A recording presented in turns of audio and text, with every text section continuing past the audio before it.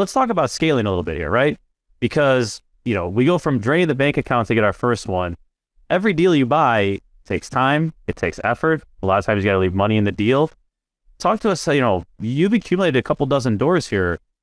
What's been the challenge? How have you been able to do this financially? Like, just talk to us a little bit about that process for those who are at their first unit and looking to get to the situation that you are today. Absolutely. So I would say I'm applying. So for anybody that's listening and wants to learn more about this process, I believe that David Greene's book, the BRRRR strategy, is probably a great starter, and a great information. So I've used that strategy for almost every deal that I've done. So yes, first deal is hard. Second deal is hard. Especially the first deal is the hardest. Because you get the hardest. So if you're trying to start and it feels like crazy, it's normal. The second deal will be a little bit easier, and then it gets easier and easier the more you grow.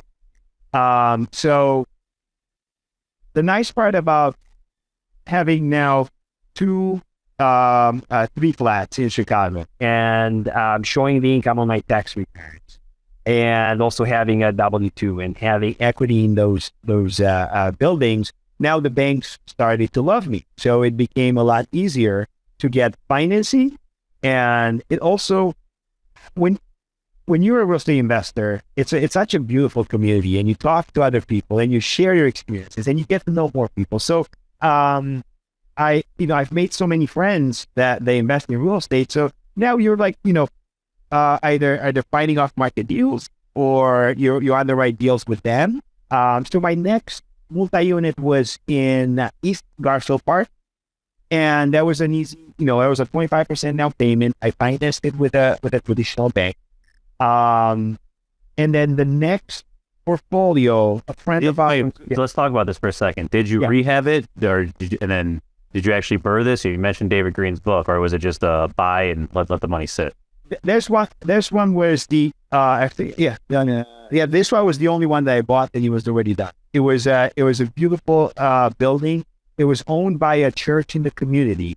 They rehabbed it to host people visiting the church, but nobody was visiting. So they're like, they put so much money. They used they used like licensed contractors, and unfortunately they didn't make any money on the building. It was back in the day when East Garfield Park was not that popular and not that pretty. But I saw value in it, and it's right on Blue Line on Jackson and Holman. And I bought that, even though it was already rehabbed. It made a lot of sense financially. So that was my third building.